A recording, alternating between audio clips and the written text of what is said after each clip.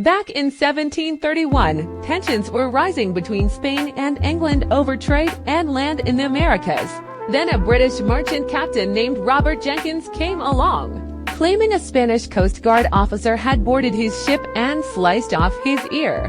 The British were furious about this ear-cutting incident. Queen Elizabeth and the Prime Minister demanded justice for poor Captain Jenkins. They complained that Spain was illegally boarding and seizing British merchant ships trading with Spanish colonies. The Spanish king denied the ear chopping happened. He said Jenkins probably lost his ear in a bar fight, but the outraged British public called it an act of mutilation and piracy. So using the severed ear as justification, England declared war on Spain in 1739.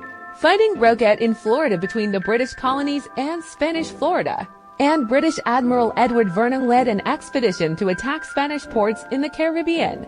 The War of Jenkins' ear dragged on for years, with Britain unsuccessfully trying to weaken Spain's grip on the Americas.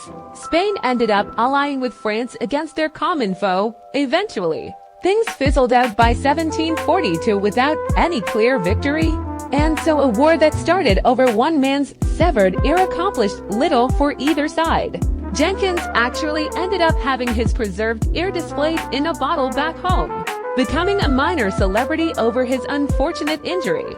His ear led to a war that proved far more painful for both countries